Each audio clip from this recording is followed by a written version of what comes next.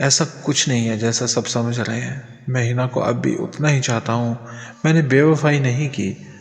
اس نے ایک گہری سانس لی۔ اچھا تو پھر وہ لڑکی کون تھی جسے دیکھ کے ہنا پریشان ہو گئی تھی؟ شاہین نے پوچھا۔ اوہ، تو یہ سب کچھ تارم کی وجہ سے ہوا ہے، اس نے بس مجھ سے لفٹ مانگی تھی۔ صرف لفٹ مانگی اور تمہیں اس کا نام بھی معلوم ہو گیا؟ اور لفٹ کے بعد گول گپے بھی کھا رہے تھے؟ نہیں تو اس نے ریڈی دیکھ کے گاڑی روکنے کے لیے کہا۔ میں تو گاڑی میں ہی بیٹھا تھا لیکن اسے زبردستی باہر بلا لیا۔ کاشف، کیا تم اتنے بچے ہو کہ کوئی بھی تمہارے سے زبردستی کر سکتا ہے؟ اور ہنس ہنس کے اسے بات کر رہے تھے، اور مجھے اس کے بارے میں پہلے کبھی تم نے بتایا بھی نہیں۔ ہنا سے نہ رہا گیا، وہ بول ہی پڑی۔ کاشف بے بسی سے اس کی طرف دیکھتا رہا۔ ہنا، میں بھی اسے نہیں جانتا تھا، کچھ دیر پہلے ہی مجھے وہ ملی ہے، اسے صرف ایڈمیشن کے بارے میں معلومات چاہیے تھی، یہ بتا رہا تھا اسے۔ آفس میں کلرک نہیں تھا تو اس نے مجھے کہا کہ یہاں سے کوئی کنوینس نہیں ملے گی، اس لیے مجھے بس سٹاپ تک ڈراپ کر دیں، اور میں نے اس کی بات مان لی۔ بس یہی غلطی ہے میری، میں اس کے سوا کچھ نہیں کہوں گا۔ وہ تھوڑا رکا پھر بولا، میں تمہیں چاہتا ہوں اور چاہتا رہوں گا۔ اگر تمہیں مجھ پہ یقین نہیں تو یہ میری بدقسمتی کے سوا کچھ نہیں۔ کاشف نے اس کا ہاتھ تھام لیا، وہ پگھلنے لگی۔ میری آنکھوں میں دیکھو، کیا تمہیں لگتا ہے کہ میں جھوٹ بول رہا ہوں؟ میں نے تو یہ بھی بتا دیا کہ میں نے اسے گاڑی میں لفٹ دی تھی۔ اگر چھپانا چاہتا تو چھپا لیتا، تم گاڑی سے باہر آ کے پوچھ لیتی۔ اگر میرے دل میں چور ہوتا تو یوں سب کے سامنے لے کے اسے روڈ پہ نہ کھڑا ہوتا، کہیں چھپ کے مل لیتا۔ ہنا نے اس کی آنکھوں میں دیکھا اور کہیں دور کھو گئی۔ وہ سچ بول رہا تھا، اس کی آنکھیں بتا رہی تھیں۔ سارے شکوے ختم ہو گئے۔ ایک بار پھر وہ پورے یقین کے ساتھ اس کے ساتھ تھی۔ کاشف اسی کا تھا۔ شاہین نے اسے زور سے ہلایا تو وہ چونک پڑی۔ آئس کریم پگھل رہی ہے، وہ تو کھا لو۔ اس نے اطمینان بھری سانس لی اور آئس کریم کھانے لگی۔ وہ خوش تھی کہ کاشف صرف اسی کا ہے۔ یونیورسٹی میں آتے ہوئے وہ سوچ رہی تھی کہ آج پاپا سے ڈانٹ پڑی جائے گی۔ پاپا نے منع کیا تھا کہ آج گھر پر ریسٹ ہی کرے، لیکن پیار ہو تو سکون کہاں ملتا ہے۔ اسے دیکھ کے ہی اس کی طبیعت ٹھیک ہو جاتی تھی۔ گیٹ سے اندر داخل ہوتے ہی اس کی نظر کاشف پہ پڑی۔ درخت کے ساتھ ٹیک لگائے وہ گیٹ کی طرف ہی دیکھ رہا تھا۔ اس کا دل خوشی سے بھر گیا، وہ بھی اس کے لیے اتنا ہی بے چین تھا۔ اس نے ڈرائیور سے گاڑی روکنے کے لیے کہا اور گاڑی سے باہر نکل آئی۔ پیدل ہی چل پڑی۔ اسے یقین تھا کہ وہ اس کے پیچھے پیچھے آ رہا ہوگا، اور وہ چل رہا تھا، آہستہ آہستہ قدم بڑھاتا اس کے پیچھے چل رہا تھا۔ ہر دل کی یہ خواہش ہوتی ہے کہ کوئی ایسا ہو جو اسے چاہے، اس کی خاطر کچھ بھی کر سکے۔ دل اس تلاش میں بھٹکتا رہتا ہے۔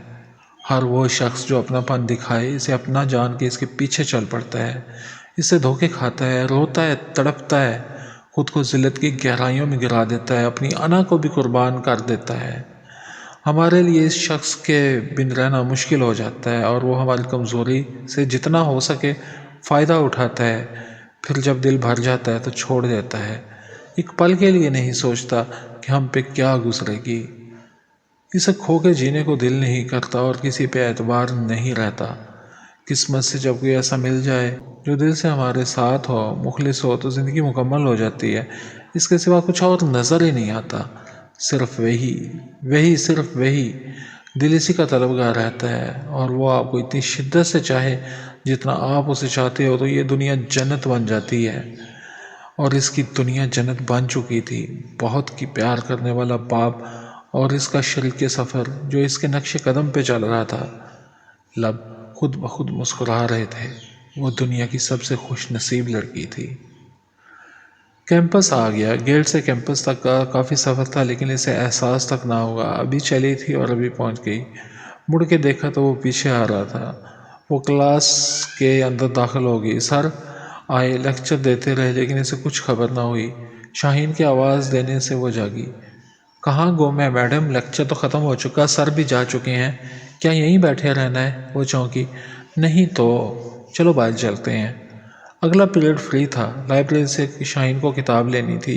اندر داخل ہوتے ہی اس کی نظر کاشف پہ پڑی۔ وہ بیٹھا تھا اور اس کے ساتھ تارم کھڑی تھی، کوئی بات کر رہی تھی۔ ہنا کھڑی رہ گئی۔ شاہین نے بھی دیکھا۔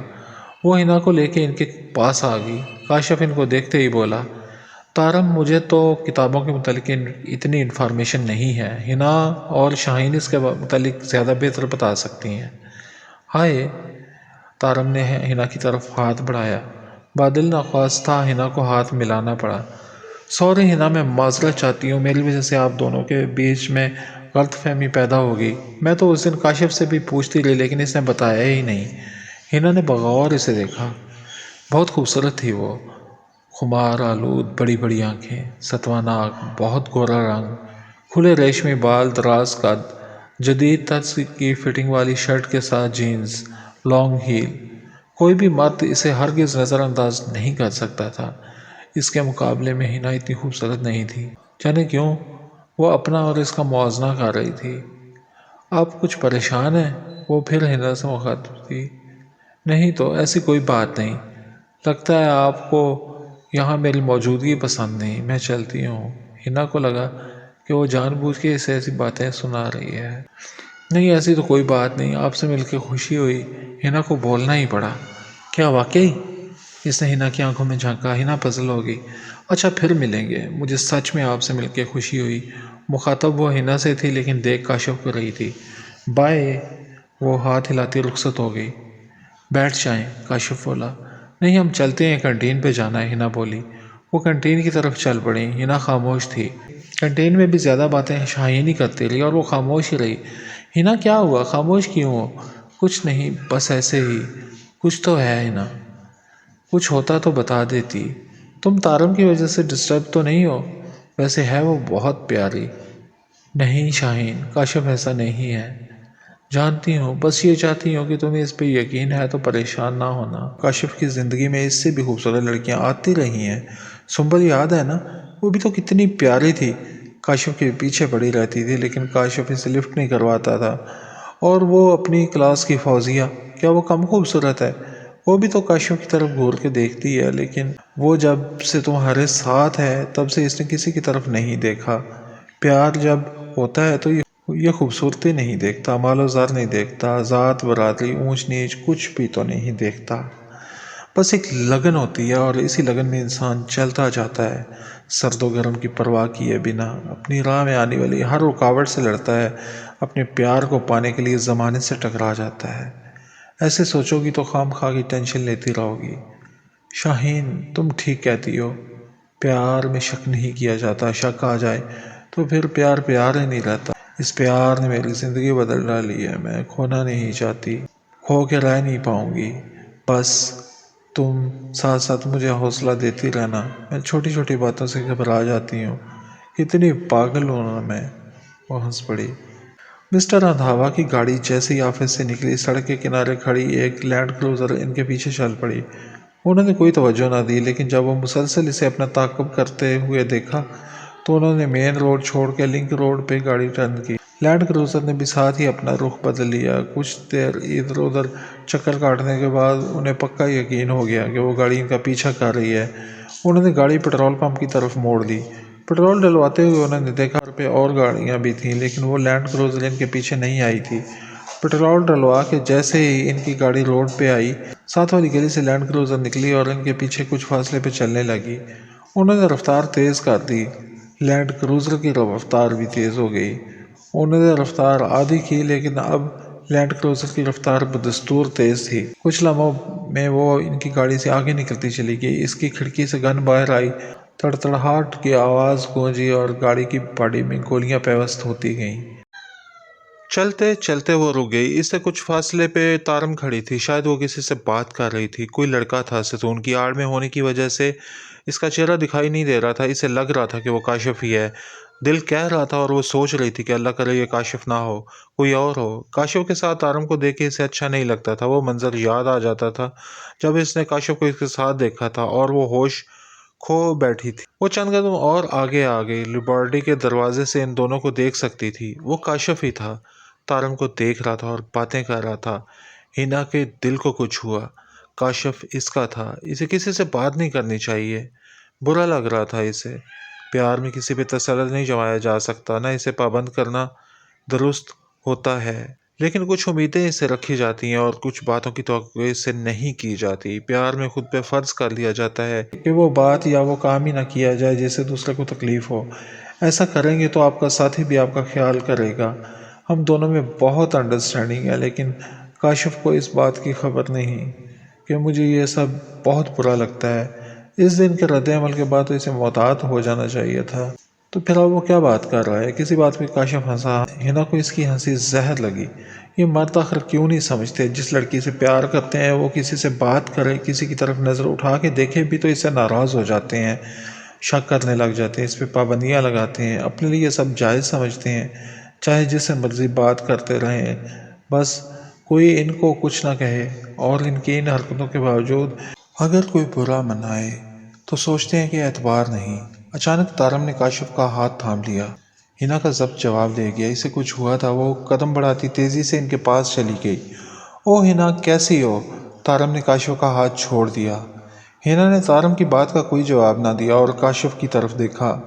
اس کے چہرے پہ کوئی گھبراہٹ یا شرمندگی نہیں تھی۔ وہ سلگ اٹھی۔ دیکھ بھی لیا ہے کاشف نے کہ اس بات کی کوئی اہمیت ہے ہی نہیں۔ اس نے کوئی وضاحت ہی نہیں کی۔ وہ دل سے اس بات کی توقع کر رہی تھی کہ اسے دیکھ کے کاشف اپنی صفائی پیش کرے گا۔ کاشف، آج کل تم زیادہ ہی مصروف رہنے لگے ہو، وہ طنزیہ انداز میں بولی۔ نہیں تو، میں بس جا ہی رہا تھا کہ طارم مل گئی۔ اس کا انداز نارمل سا تھا۔ جو پہلے سے ملے ہیں، کیا ان کی اہمیت اب پہلے جیسی نہیں رہی؟ نہ چاہتے ہوئے بھی اس کے منہ سے نکل گیا۔ کیا مطلب ہنا؟ کاشف پریشان ہو گیا۔ کچھ نہیں، مطلب نہ ہی پوچھو تو بہتر ہے۔ بمشکل بولتے ہوئے اس سے مزید کھڑا نہ رہا گیا اور وہ اسے وہیں چھوڑ کے چل پڑی۔ کاشف نے آواز دی، اس نے انسنی کر دی۔ چلتے چلتے بیگ میں سے فون نکالا، ڈرائیور کو فون کیا اور اسے فوراً آنے کے لیے کہا۔